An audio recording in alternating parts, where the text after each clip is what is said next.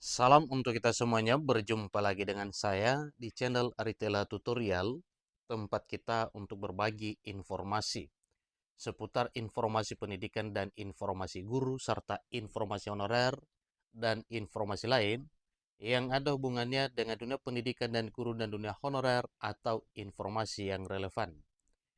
Pada pertemuan ini saya menyapa seluruh Bapak Ibu honorer setanah air yang selalu setia melaksanakan tugas tanpa mengenal lelah dalam melaksanakan kegiatan pelayanan publik di instansi pemerintah pusat, demikian dengan instansi pemerintah daerah.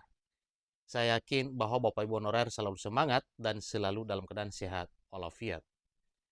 Pada pertemuan ini ada satu hal penting yang perlu saya sharekan kepada Bapak Ibu honorer. Ini merupakan satu kabar gembira dan suatu proses yang harus dilalui oleh honorer agar bisa diangkat menjadi aparatur sipil negara dengan status pegawai pemerintah dan perjanjian kerja atau ASN P3K. Info terkini dimuat oleh media nasional, yaitu cpnet.com, jpnn.com dengan judul Kemenpan RB sebut P1 aman di P3K 2024, honorer teknis lewat 4 jalur. Nah, tentunya ini adalah merupakan satu kabar gembira untuk para honorer P1 yang dinyatakan aman pada pengangkatan honorer menjadi P3K 2024. Yang menjadi pertanyaan Bapak Ibu, apa kira-kira jalur yang keempat ini atau 4 jalur yang harus dilewati oleh honorer teknis supaya bisa diangkat menjadi aparatur sipil negara dengan status P3K pada tahun 2024 tahun ini.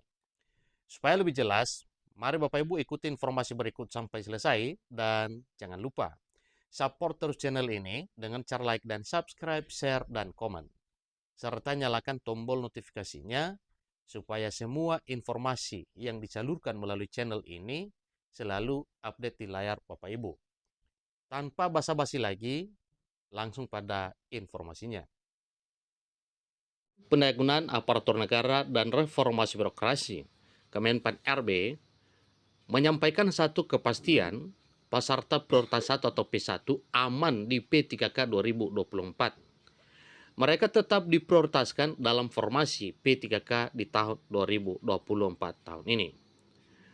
Kemenpan RB menyatakan telah menyiapkan regulasi untuk tenaga administrasi dari honorer kategori 2 dan honorer lainnya dalam pengadaan P3K 2024, kata Ketua Umum Persatuan Pegawai Pemerintah dan Perjanjian Kerja P3K RI Teten Nur Jamil kepada jpnn.com pada Minggu 14 Juli 2024. Dia mengaku lega dengan penjelasan detail dari pejabat Kementerian Pan-RB soal kebijakan pengadaan P3K pada tahun 2024 tahun ini yang ternyata masih berpihak kepada honorer dan P1 hasil seleksi P3K 2021 yang lalu.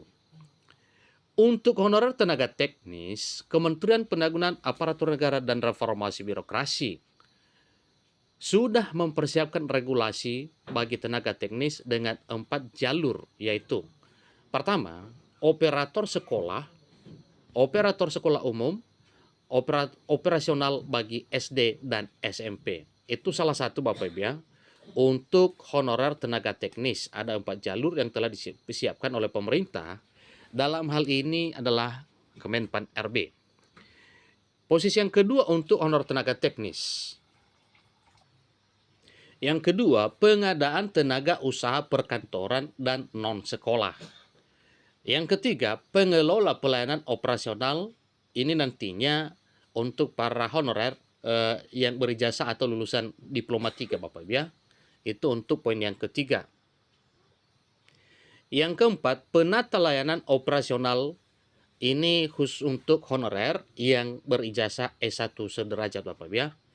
Itu posisi yang empat ya untuk para honorer tenaga teknis yang disiapkan oleh Kementerian Pendayagunaan Aparatur Negara dan Reformasi Birokrasi. Kementerian Pan-RB menyatakan bahwa honorer lulusan SD sampai SMA diberikan formasi. Otomatis penjaga sekolah yang berijazah SD sampai SMA bisa diakomodasi terangnya. Teten juga sempat menanyakan masalah seragam ASN P3K kepada Kementerian Pan-RB dan Dewan Perwakilan Rakyat Republik Indonesia. Regulasi seragam bagi aparatur sipil negara P3K merujuk Permendagri nomor 6 tahun 2021. Nah, tentunya ini adalah satu hal yang perlu diperhatikan oleh Bapak Ibu ASN P3K, yaitu mengenai ketentuan seragam bagi ASN P3K sebagaimana Peraturan Menteri Dalam Negeri atau Permendagri nomor 6 tahun 2021 yang lalu. Jadi silakan dicek Bapak Ibu ya pada Permendagri nomor 6 2021. Kemenpan RB maupun DPR menegaskan dikembalikan pada aturan daerah masing-masing dan internal lembaga. Namun, Komisi 2 Dewan Perwakilan Rakyat Republik Indonesia akan menyurati Menteri Pendagangan Aparatur Negara dan Reformasi Birokrasi agar Kemenpan RB memberikan surat edaran kepada kepala daerah terkait seragam aparatur sipil negara, baik pegawai pemerintah dan perjanjian kerja atau P3K maupun pegawai negeri sipil atau PNS. Nah, terkait dengan penyesuaian ijazah bagi aparatur sipil negara dan status P3K, Kementerian Pan-RB mengatakan bisa dilakukan melalui uji kompetensi bagi S1 ke S2.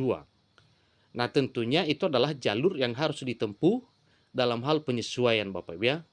Tentunya ini penyesuaian ijazah, demikian juga dengan golongannya untuk para P3K.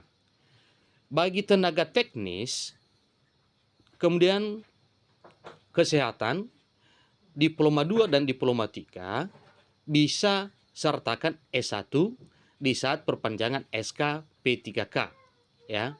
Jadi 1 sampai 5 tahun Pungkas Teten Nur Jamil.